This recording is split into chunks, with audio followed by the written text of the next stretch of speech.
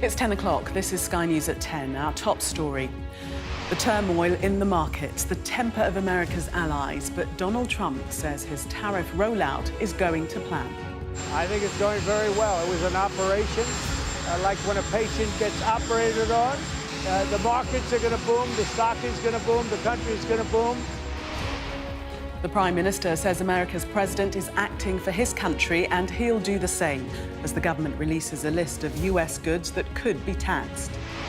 A trade war is bad for working people. I think it is better if we're able to negotiate a better outcome, and that's what we are attempting to do. Amongst businesses, we hear the fears of uncertainty and extra costs as they digest the president's blow to free world trade. Also tonight, unveil the truth.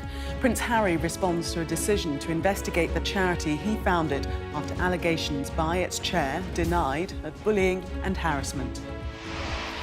We see the culmination of a mother's campaign to better protect the public from the type of terror attack that killed her son.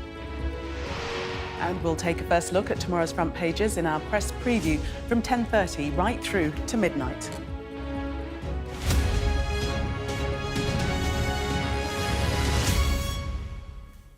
Good evening. Donald Trump said today his announcement of tariffs on goods from across the world was like a hospital operation that went well. The patient lived and is healing. That's not a sentiment shared by his fellow leaders or, so far, the world's stock markets. Tonight, America's Dow Jones Index suffered its biggest one-day loss since the early months of the pandemic. Sir Keir Starmer said the president's decision marked the beginning of a new era and that he would act in Britain's interests when deciding how to respond. Well, a hint of that appeared after the government released a more than 400-page document detailing all the American goods that could potentially be targeted for import taxes. Tonight, we'll hear from the Prime Minister and see the simple equation America appears to have used to calculate what tariffs to charge. But first, from Washington, our US correspondent Mark Stone reports. A new dawn at the White House as the enormity of the economic storm unleashed from here dawned on countries globally. You can be sure that the Wall Street bell would have been ringing on screens inside here. All eyes on New York Stock Exchange for the market reaction to President Trump's tariff announcements. They opened low and fell further behind the mandatory smiles trillions of dollars wiped off the stock markets. An irony that it happened to be Donald Trump's old pal, lawyer and loyalist Rudy Giuliani, part of the group to ring today's bell. From the president as he left for Florida, a new analogy to describe his deeply risky, controversial plan. I think it's going very well. It was an operation, like when a patient gets operated on, and it's a big thing. I said this would exactly be the way it is. We have $6 or $7 trillion coming into our country, and we've never seen anything like it. The markets are going to boom, the stock is going to boom, the country is going to boom, and the rest of the world wants to see, is there any way they can make a deal? Of course, operations don't come without pain. So what does the UK need to do to avoid these tariffs? Is it possible to avoid them?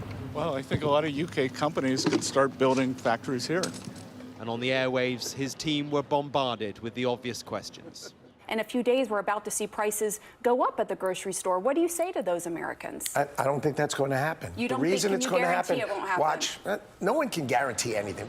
From the entire administration, there is a display of confidence, holding the line against the aghast and against the retaliation which will come. But the bullishness of Trump's team is increasing the angst, some wondering if the president is even willing to find any middle ground. I'd like to see the chart if you have it. Great. A day earlier, his big reveal had caused a global shock. China, first row. China, European Union, they're very tough. Indonesia, Malaysia, Cambodia. Oh, look at Cambodia, 97%. United Kingdom, 10%. And we'll go 10%. It was a set-piece event for the ages. An historic day, he believes, will kickstart an American revival, but at what cost? The global economy will massively suffer. The decision announced last night is brutal and unfounded. We see no justification for this. The recent tariff decision by the US president is fundamentally wrong. It will only highlight the unilateralism, protectionism and bullying natures of the US measures. We don't understand how that number has been calculated. There is indeed huge scepticism about the White House arithmetic, how they calculated all this. But it is what it is from a president calling the shots and determined to go his way. We'll see now how he responds to retaliation from some and negotiation from others. Mark Stone, Sky News in Washington. Our US correspondent David Blevins is in Washington, D.C. for us tonight. And David, we heard angst from America's allies and others there, and there's angst on the financial markets too tonight. Yes, Gillian, a dramatic end to what has been a roller coaster of a day here in the United States. The S&P 500 index in correction territory following its biggest one-day loss in 5 years. The Dow Jones down nearly 4%, the Nasdaq down nearly 6%, figures we've not seen since 2020. But the president is undeterred, repeatedly using this analogy of a patient having gone through surgery, insisting the prognosis is good, that the markets will boom, and he's so unperturbed by the global fallout. He's left Washington, gone to Florida a day early. On the flight there, we understand he has told reporters he thinks the UK is happy with a tariff of 10% and insisted that anyone who wants to negotiate needs to come up with something phenomenal. I'm told the plane has landed, so we might hear those comments from him ourselves shortly. But he's clearly ploughing on and leaving his team to hammer home a message. That message,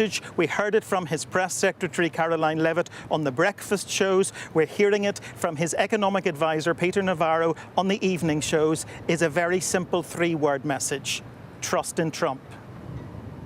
David, thank you.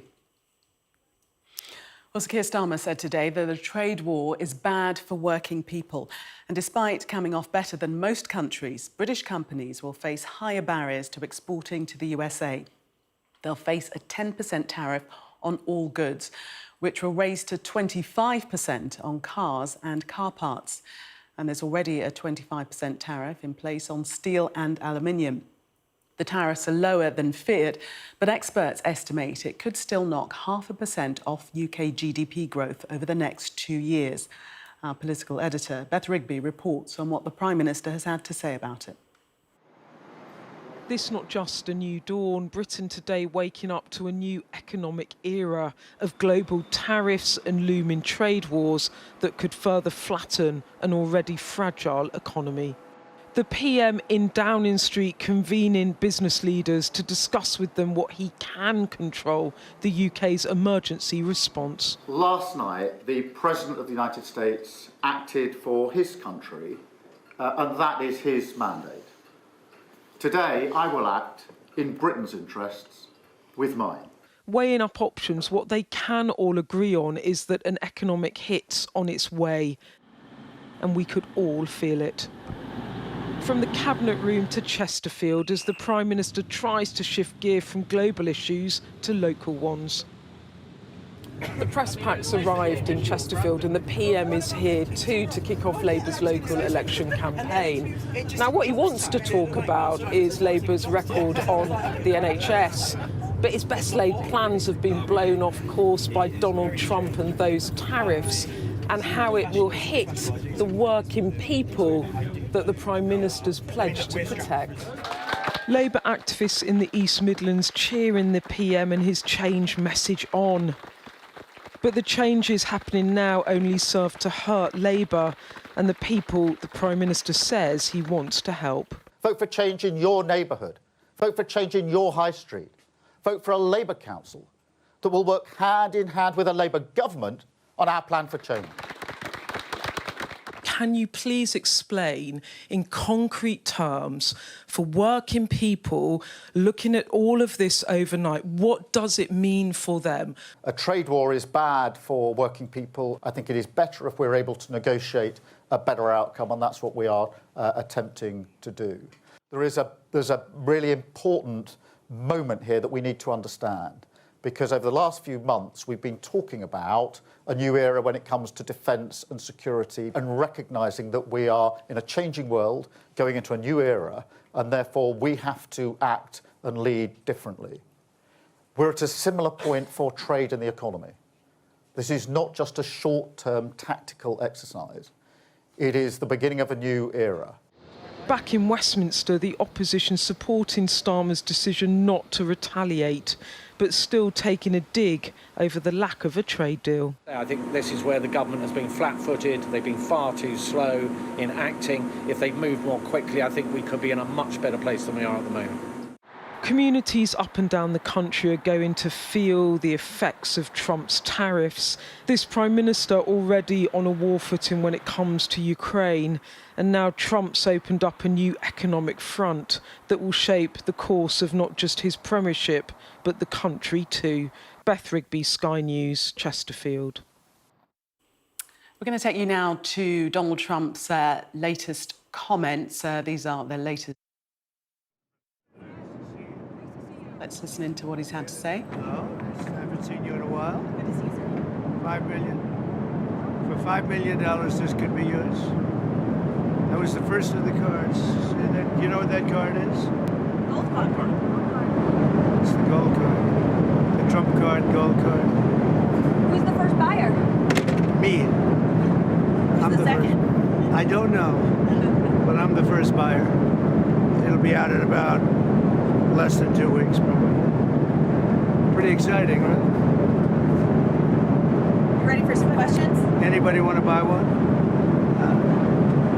Okay, let's go. First, we'd love to get your reaction, sir, to what's going on in the financial markets today. Well, I mean, it's to be expected. This is a patient that was very sick. We really inherited a terrible economy, as you know, with a lot of problems, including loss of manufacturing and plants closed up all over the country. You know, we've lost 90,000 plants since NAFTA, if you think of that. 90,000. It's not even believable. And about 6 million jobs. And so it was a sick patient. It went through an operation on Liberation Day. And it's going to be a booming country. A very booming country. It's going to be amazing, actually. And we see it because we have trillions of dollars committed to come in. Trillions. Sir, can I ask you, when you say that it was an operation and the patient's healthy now, does that mean you see us as kind of towards the high water mark in terms of how high? Sure. The operation's over, and now we let it settle in. You see the plants are starting to construction already. We have many plants. Indiana, massive auto plant, the Honda. We have so many plants, and they'll be under construction. And as they start to build, you're going to see a lot of construction jobs, and you're going to see a lot of jobs when they open. Does that mean chips and pharma tariffs are not on the table? They're starting very soon. The chips are starting very soon. The pharma is going to be starting to come in, I think, at a level that you haven't really seen before. We are looking at pharma right now, pharmaceuticals, as a separate category. And we'll be announcing that sometime in the near future, not too distant future. Are you negotiating? That's under review right now. Are you negotiating with partners currently? What we have is a set of tariffs based on what they've been charging us. That's reciprocal. And those tariffs have come in, and every country's called us. That's the beauty of what we do. We put ourselves in the driver's seat. If we would have asked some of these countries, most of these countries, to do us a favor, they would have said no. Now they'll do anything for us. But we have tariffs, they've been set, and it's going to make our country very rich. But are you open to deals with these countries if they're calling you? Well, it depends. If somebody said that we're going to give you something that's so phenomenal, as long as they're giving us something that's good. For instance, with TikTok as an example, we have a situation with TikTok where China will probably say, we'll approve a deal, but will you do something on the tariff? The tariffs give us great power to negotiate. always have. I've used them very well in the first administration, as you saw, but now we're taking it to a whole new level because it's a worldwide situation, and it's very exciting to see. And what it's done is driven a lot of great companies to our country, and you're going to see construction starting all over. I already got a couple of calls from Lee Zeldin from Environmental. He's got some big plans to approve. Like really big plans. How long will it take to get American manufacturing to where you would like to see it? Well, let's say it's a 2-year process. You know, they start a plant, and they're big plants. We're giving them approval to also, in many cases, to build the electric facility with it. So you have electric generation and the plant, and they're big plants. Now, the good news is a lot of money for them, and they can build them fast, but they're still very big plants. So I'd always say it would take a year and a half to 2 years. Mr. President, I'm curious. They've already started. Mr. President, have you been following the New York City mayor's race, and specifically Andrew Cuomo is now the front runner according to the polls? How do you feel about that? Do you think you can have a good relationship with the mayor, Andrew Cuomo? Well, I've always gotten along with him. We had our ins and outs a little bit. We did a great job for him. Remember, we built the convention center rooms for him. He didn't use them, unfortunately. And we sent the Mercy ship. We sent the really magnificent hospital ship, and they didn't use it. But we always had a pretty good relationship. You going to make an endorsement in that race? Well, it's not something I'm thinking about yet. Is he thinking about running? Yeah. On Russia-Ukraine, there's a Russian envoy in town for some meetings. Can you give us an update on how that's going? We do. We have an envoy from Russia. We're talking about it. We'd like to see that stop as soon as possible because thousands of people are being killed a week. Soldiers, mostly soldiers, and Ukrainian soldiers and Russian soldiers. And you're losing 2,000, 3,000 sometimes a week. So we're spearheading the drive to get it done. Europe has not been successful in dealing with President Putin, but I think I will be successful. Sir, can I ask you about the NSC? How many staffers were let go and why? Your National Security Council, how many staffers were let go? There were some. Always we're going to let go of people that we don't like, or people that we don't think can do the job, or people that may have loyalties to somebody else. You'll always have that. So you mentioned Netanyahu recently. Israel has now talked about staying in Gaza, doing long-term occupation. Has anything changed in regard to the U.S. Gaza-Israel plans? I spoke to him today, as a matter of fact. And I think he's going to be coming to our country sometime in the not-too-distant future, maybe next week. And we'll speak about Israel, and we'll speak about what's going on. That's another thing we'd like to get solved. And I think we will get it solved. But I think he very well may be coming next month. Benjamin Netanyahu. Sir, can I follow up on your earlier comment about TikTok? You said that the Chinese might be willing to agree to approve that sale in exchange for tariff relief. Is that something that you've floated to them, or you've heard from them? Or no, I'm just using that as an example. Okay. Let's say we had a problem with TikTok, and let's say China wasn't going to approve. We could use tariffs in order to get it approved. The deadline is you give them Saturday. something in return. What's the update on the deal negotiations for TikTok? We're very close to a deal with a very good group of people for TikTok. Larry Ellison, or is it multiple investors? Just multiple. And then did the last minute bids kind of throw things into disarray for you, or do you have your strategy completely locked up on who's going to... Which last minute? On acquiring TikTok. No, I think that China maybe will call and say, well, we're upset with the tariffs, and maybe they want to get something a little bit in order to get TikTok approved. Who knows? Is there plans underway to speak to Xi? I have no knowledge of that, but that's the kind of thing. On Israel, can you give us any update on the Palestinian relocation plan? Are we talking to any countries? We're going to try and solve the Gaza problem. It's been a problem for many years, for many, many decades. It's been a big problem. I've met with, as you know, a lot of the hostages. It's a terrible situation. But if you notice, hostages are being released now. And that's happened only since I got involved. So we have hostages being released, quite a few, actually. But you're still committed to the relocation? Hopefully, I'd like to get as many hostages as we can. And then Gaza's a very, very important thing. It's been under siege for many, many years. And it's a shame. It's a shame. A lot of people die in Gaza. Gaza's been a place we have a lot of people die. A lot of bad things happen in Gaza. We'll see what we can do about it. The dinner tonight, can you tell us about it? Who's going to be there? Any leaders? So dinner tonight is sort of I have a couple of them actually, but a lot of it's based around charity. It's at Doral, and we raise a lot of money for charities.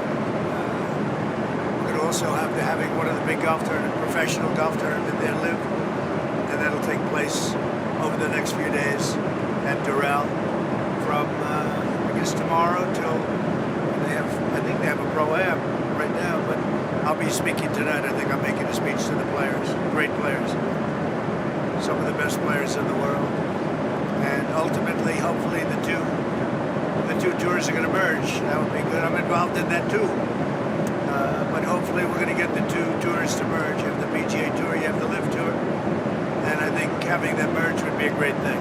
Mr. President? Yes. About the tariffs, do you have any message for the American businesses that might feel the impact of any reciprocal tariffs coming from the EU, for example, or from other countries? Well, I think it's going to all work out. Remember, there are no tariffs if you build your plant or you build your product, make your product in the U.S. And so a lot of people, I mean, there's going to be a transition period because they're going to be building instead of paying tariffs to some other place. But there are no tariffs. You know, if you think there are no tariffs, all you have to do is make your product in the United States. So it's and a lot of people are doing that. They're moving, like the auto companies. I know I've spoken to 2 of the 4 or 5 that are really active, and they've already started moving their parts making things out of Mexico, out of Canada, and into the United States.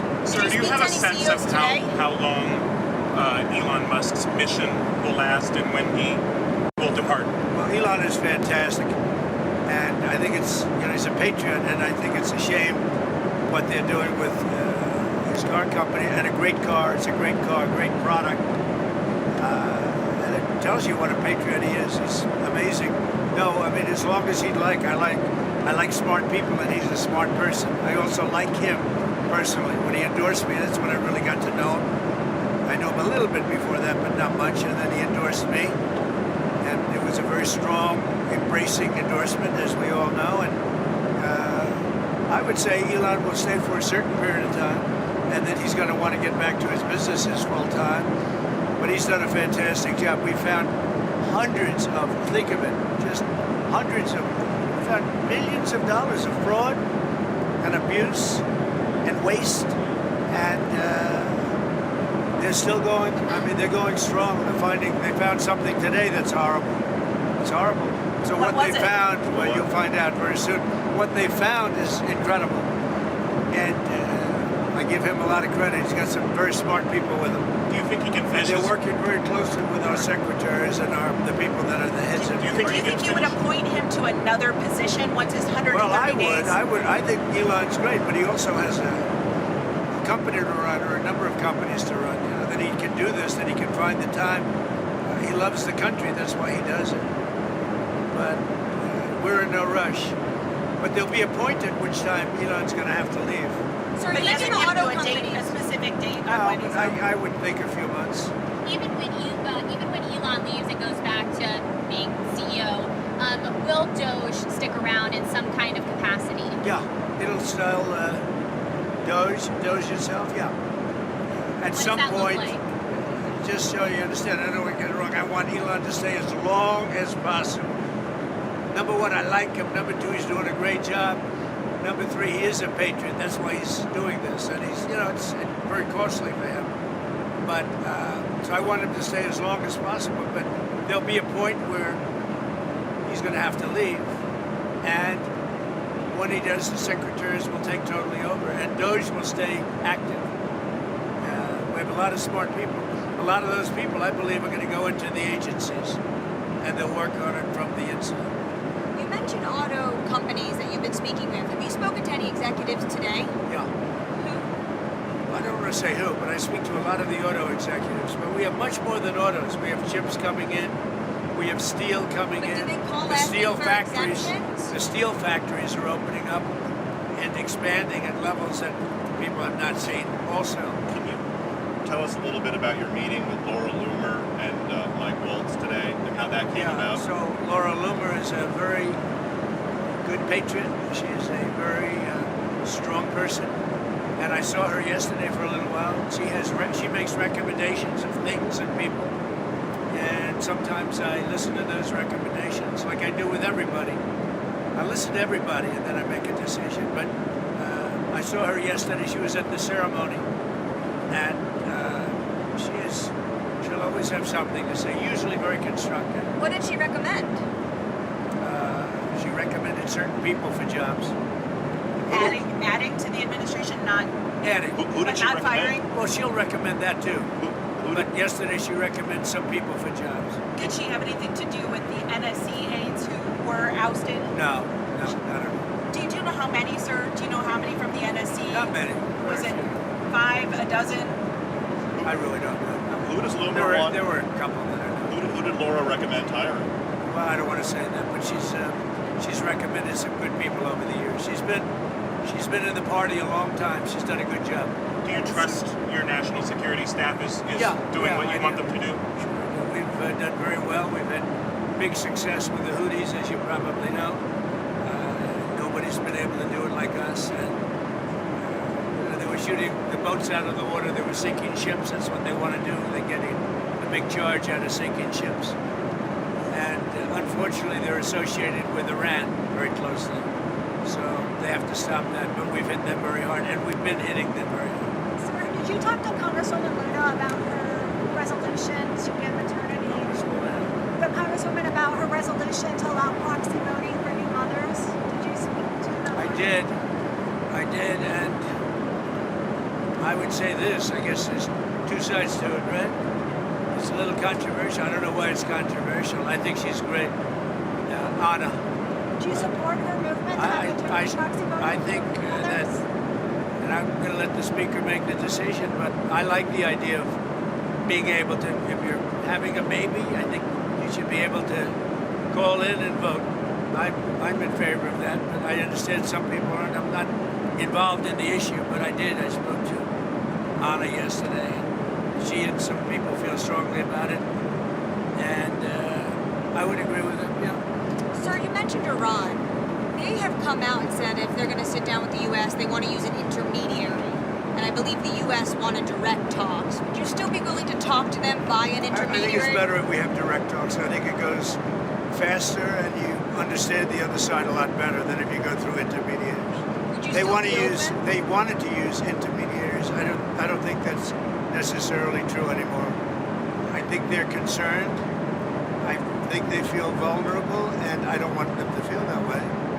And I think they want to meet Iran. They're talking about Iran. You said you don't think they want to use intermediaries anymore. Did they send another letter? Yeah. Did the UAE let you know about this? I know for a fact. I think they'd like to have direct talks. Can you say anything about what the letter said from Iran? No, I just think I'm just telling you, I think they want to have, forget about letters, I think they want to have direct talks.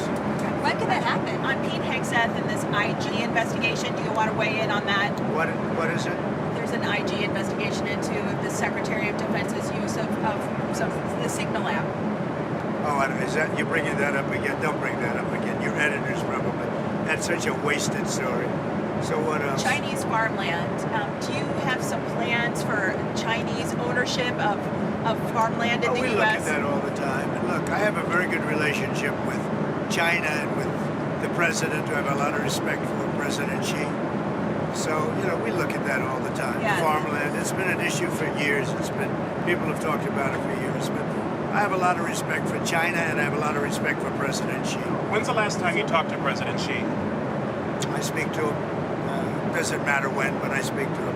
Have you talked to Zelensky recently? Not too long ago, yeah. How did that go? Good. I think he's ready to make a deal. No progress, though, other than that? I think a lot of progress. No, he's ready to make a deal, and I think that President Putin is ready to make a deal, and then you'll stop the killing of thousands of young people a week. Did Kirill Dmitriev say that to your his counterparts in the U.S.? Kirill Dmitriev, the Russian negotiator that's in Washington right now? I don't talk about specific people. I just will tell you that there's a lot of good conversation going on about Ukraine, Russia. Sir, have you given your approval for the UK's deal over the Chagos Island that Prime Minister Starmer and you discussed? We're talking to the Prime Minister about it, and we'll see how that turns out. We have a very good dialogue going. And I think he was very happy about how we treated them on tariffs. Sir, there are a lot of people who were upset about how the Daily Mail. A lot of people were upset today about how their 401ks were doing. Do you have investments? Were you looking at that? I think our markets are going to boom. We've got to give it a little chance, but we're taking in jobs, and we're taking in industry, and we're taking in trillions of dollars. I think our markets are going to boom. We've got to give it a little bit of time, but they've already started construction on numerous plants. Soon it'll be many, many plants all over the country. They're going, and so you got to give that a little time. I haven't checked my 401k. Thank you very much. Sir, one question on the Fed. A lot of money markets are now pricing in more Fed cuts this year. But one thing I like is interest rates going down. To see that happening. The 10-year yield. You know what's beautiful 4%. is interest rates go down. I like groceries going down. I like eggs going down. If you look at it. And very importantly, the gasoline prices are going down. So a lot of good things are happening. Thank you very much. Thank you for your time, Mr. President. OK, that the very latest from Donald Trump on Air Force One as he spoke to the media, starting by reacting to the tumbling stock markets, to which he replied that it's to be expected. He inherited a patient that was very sick and it's going to be a booming economy. The patient is doing very well and recovering very well.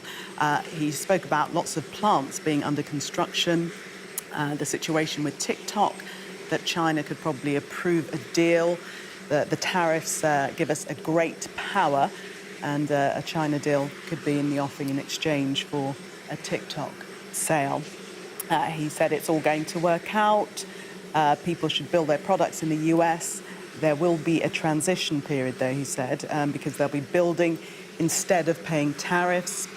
He said that he'd spoken to auto companies and they're already starting to move their plants out of Mexico and out of Canada. And latterly, he spoke about Sir Keir Starmer being very happy with how the US has treated them on tariffs. Well, that was Sky News at 10. Coming up, we'll take a first look at tomorrow's newspapers in the press preview. Tonight, we're joined by Baroness Hazarika, Labour peer and broadcaster, and Mark Wallace, Chief Executive of Total Politics Group. Amongst the stories we'll be discussing, guess which story we'll be discussing? This take on the impact of Donald Trump's tariffs from the Daily Mail. It says simply, one word, meltdown. You stay with us for more. We'll be right back.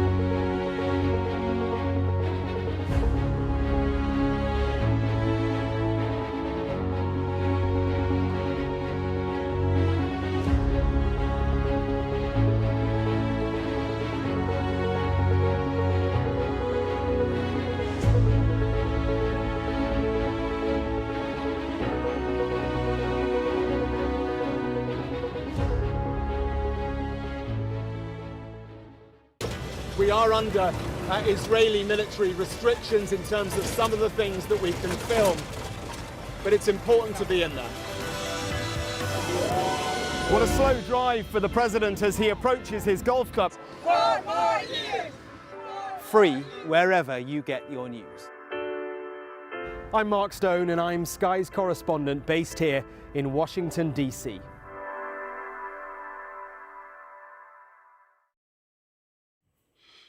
Welcome back. You're watching Sky News. In just a moment, the press preview, a first look at what's on the front pages as they arrive. But first, our top stories.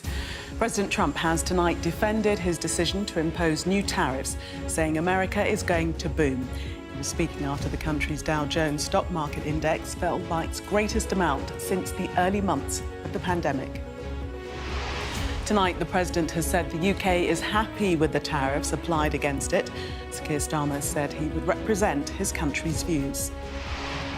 Prince Harry has said he hopes an investigation by the Charity Commission into his Centre Barley charity will unveil the truth following allegations denied by its chair that the Duke of Sussex was guilty of bullying.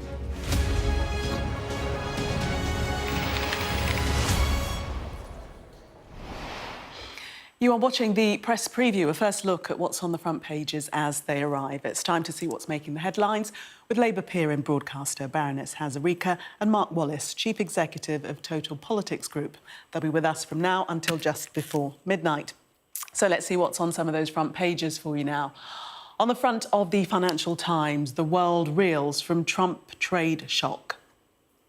Meltdown, says the Mail, as it reports that global stock markets plunged by £2 trillion following the US president's tariff announcements. The Guardian carries a similar headline, labelling the aftermath as tariff turmoil. The Telegraph leads with a quote from the former Chancellor, Jeremy Hunt, who thinks the Prime Minister should use the opportunity to turn Britain into Singapore on Thames.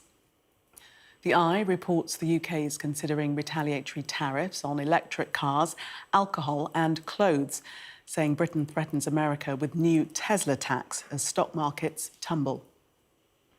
The Daily Star's headline, and he's off his head, as they say, bookie Don's big gamble wrecks the world's economy. And The Sun also leads on the tariffs, claiming there is a threat to US lavatories. Their words to Trump: bog off. The Metro leads with the Charity Commission launching an investigation into the Duke of Sussex's charity, Centre Barley, with the headline, Harry, it's all lies. The Daily Express also quotes Prince Harry, who said it's heartbreaking to witness such blatant lies. And the Mirror also leads on the charity investigation. We are joined tonight by Aisha and Mark. Welcome to you both. One story in town, certainly on most of the front pages, if not all. We'll start with tariffs, of course, and the one-word headline, the Daily Mail meltdown, which seems to me quite an accurate description. Aisha. Yeah, absolutely. I mean, as you say, just going through the front pages, quite a lot of newspapers really tracking the stock markets. And since the announcement was made last night, you know, we've had about 24 hours to see how the markets have reacted, and not well is the answer to that. There is the obligatory picture of a trader with his head in his hands, in a kind of funny coat and sort of a headgear.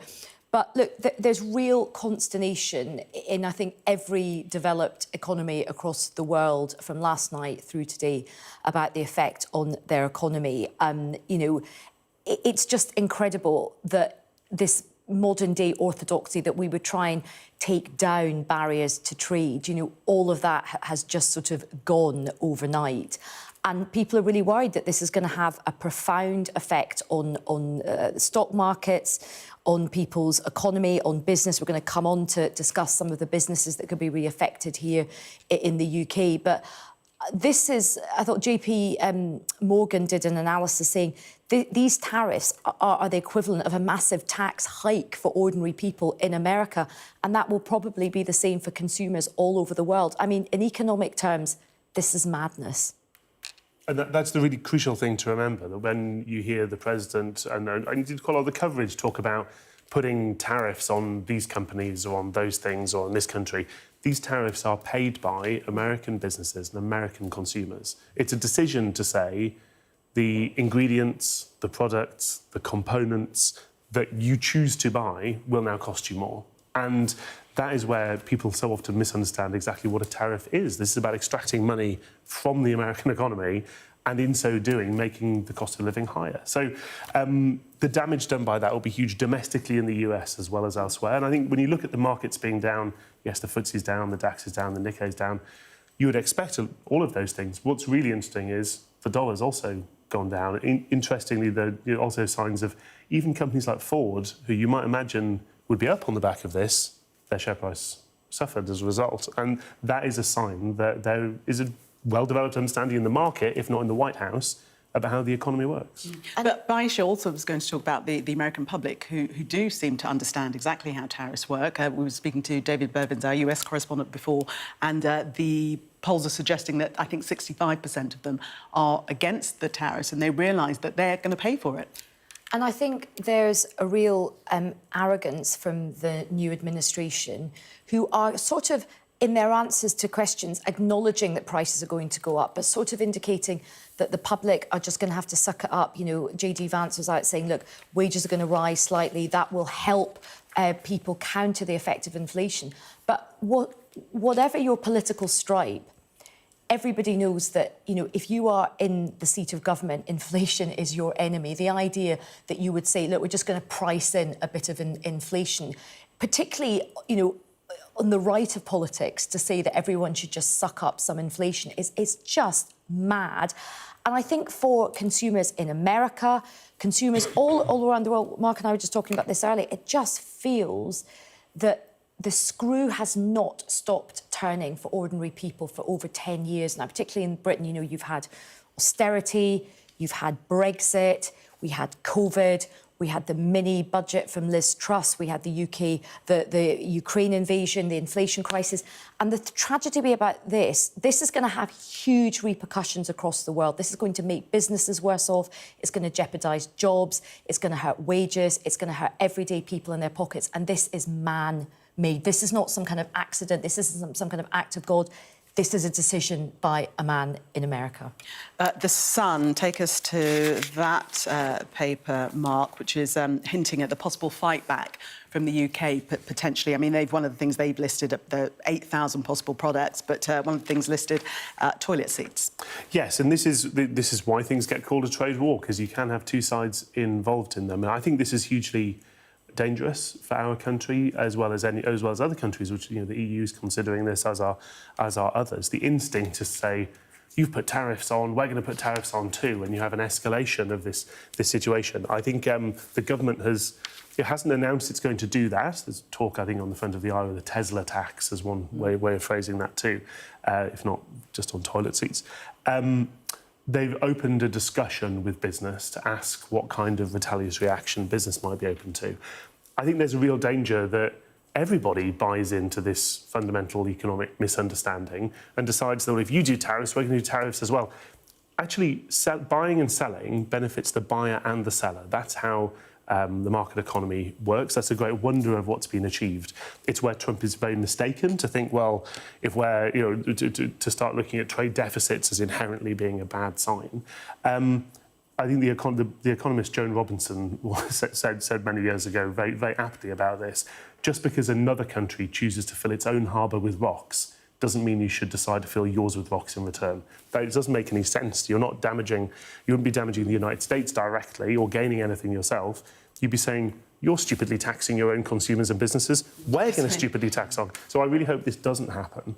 There are alternative things you can do in response to this. We could decide to start establishing, you know, a lowering of tariffs and other barriers to non-US businesses to further improve our competitiveness, and that would have a negative effect on the US, and that would be something they might consider. Well, I very much hope in that vein that we do move to have better trading relationship with Europe. You know, they are our closest sort of trading ally.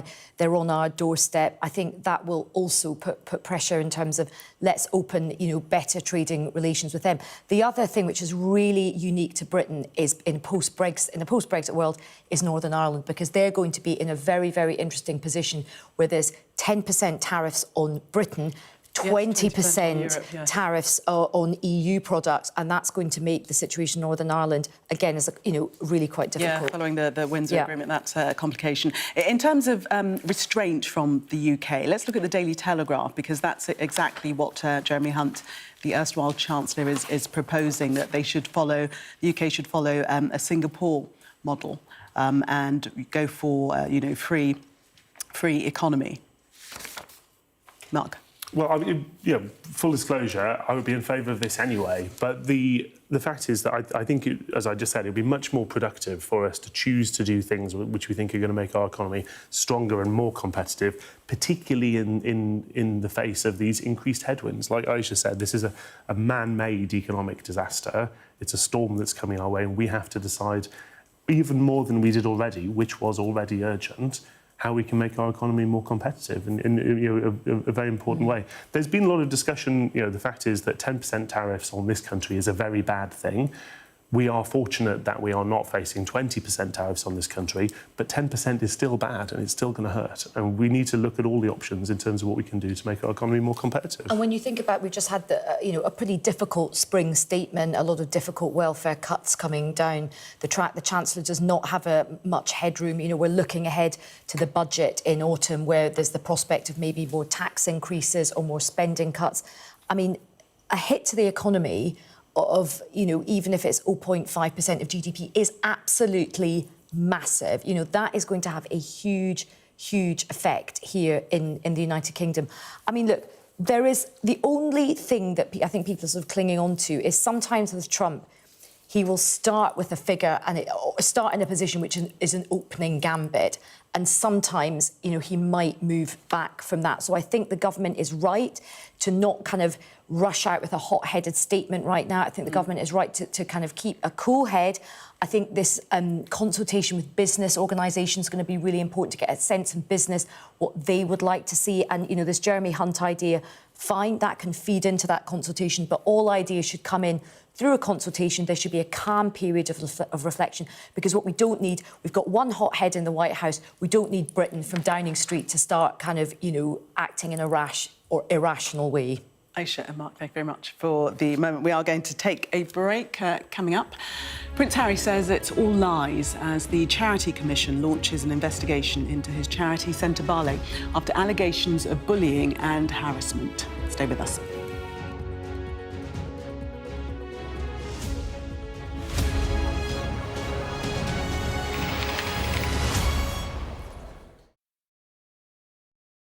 First Minister, how are you? Good morning. Good morning. Very nice to see you. How are you feeling?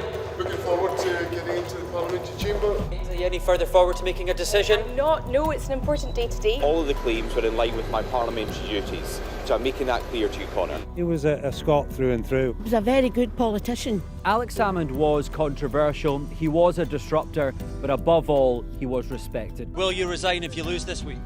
Again, I'm not planning to, of course, lose the vote of no confidence. I'm planning to win that vote of no confidence. His face said it all. My intention to stand down as party leader. This is now a storm with deadly consequences. How are they feeling? They're a bit scared at the minute. We've been told to evacuate. How are you feeling? Devastated. Hundreds of homes were wiped out by flooding. I'm Conor Gillis, Sky's Scotland correspondent. It was probably the darkest time in my life. Scott is 5 years sober after a cocaine addiction left him close to death. Scotland has a shameful record. Worse than England, the worst in Europe. So why not just say you failed? Because then you might get more respect from families who've lost loved ones. This is where one of the UK's most prolific rapists thought he'd got away with murder. Sky News can reveal that former sex workers had told police he was sexually violent. My Emma. Free wherever you get your news. It's over, isn't it? The Americans say he is Rossi, a fraudster. This has been one of the most bizarre cases ever heard in a courtroom in this country. A dangerous murderer. Do you think you'll ever be able to forgive Andrew Ennis after this? She said she can forgive him, but as long as he's behind bars. By doing the right thing, it's destroyed your life. They terrorised me. They intimidated me. Sky News, the full story first. The Premier League Run-In is live on NBC and Peacock as City Pride is on the line with a pair of iconic derbies. It doesn't get any better. Thursday, it's a London derby. Chelsea. Beautiful goal from Chelsea. Spurs. What a game! Then Sunday, Brace yourself, Manchester, for the mother of all derbies. United. Hear the place! City. The Premier League Run-In is live on NBC and streaming on Peacock. We've got your Sunday mornings covered. From the front page and the sounds of the streets to the voices of the people who make the major calls and big picture politics beyond Westminster. We'll put you at the heart of our story. I'm ready. Are you? Join me, Trevor Phillips, Sunday mornings on Sky News. We're rolling. Welcome to the world. Our new podcast, starting now. It's very exciting. Every week, we'll be reporting from the world's trouble spots. We get to hold those in positions of power accountable, and we get to ask the questions that the audience, the listeners, want to know about. And that's why it is so important that people tune in, come along for the road, come along for the journey. It'll be fun. Welcome back. You are watching the press preview. Still with me, Aisha Hazarika and Mark Wallace. Let's take a look at the Metro. And this is a story concerning Prince Harry and him stepping back from the charity that he founded, Centre Barley. The new line today is that the Charity Commission is looking at concerns raised by the chair of Centre Barley, allegations against Prince Harry of harassment and bullying and misogyny. He's come back today and issued a statement, you know, saying that he's heartbroken to witness what he's described as blatant lies. Yeah, I mean, it's not getting more edifying with the telling, this story, is it? And there have been various rumblings. I mean, it's 19 years now since Prince Harry set up Centre Barley as its co-founder. It's been something that has always been very visibly very close to his heart. And there have evidently been problems going on for quite some time. And at the minute, the Charity Commission investigation is going to happen. We don't know all the facts. We'll learn all of the facts, I'm sure, when that investigation reports. They've said they'll look at situations with allegations about former trustees, counter-allegations about current trustees, the administration and structure and governance of the charity. But from the outside, it looks like essentially everybody involved seems to be pointing at each other, saying, you're an untrustworthy egotist who wants to hog all the attention, has been bad for this charity. And they're doing it in public, which is not really good for anybody. I mean, I think Marina Hyde in The Guardian wrote the other day an understandably less than sympathetic piece saying it must be really difficult for Prince Harry when someone who's really closely involved in an institution that really matters to loads of people decides to go public and air all their dirty laundry with allegations you can't really rebut. So there is a slight kind of element of the kind of Spider-Man pointing at Spider-Man gif, I think, with this, where they're both kind of a little bit identical.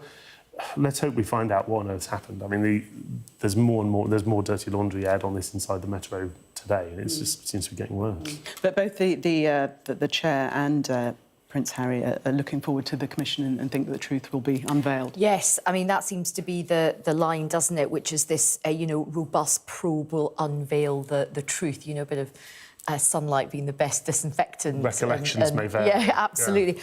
But it is just a shame that it has come to this. But some of the, I have to say, picking through the details of it, I'm trying to be open-minded about it, but some of the allegations, like one of the allegations is that Meghan Markle brought, was it Serena Williams to a charity tennis match without telling them? Surely that would be quite a good thing if you're, I've been involved in charity things and it's quite good to have high-profile people there. I would be absolutely delighted if you unexpectedly brought Serena Williams to the Sky Papers. It's funny that you mention that because we don't...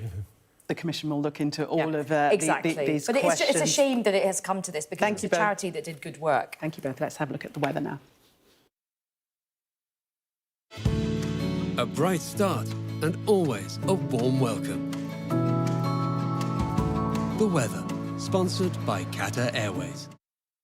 Well, high pressure will keep things mostly settled, with tomorrow bringing the UK's highest temperature of the year so far. Expect a mild start in the cloudy southwest with some patchy light rain possible. Elsewhere, it'll be clearer and colder with some misty low cloud in the northeast.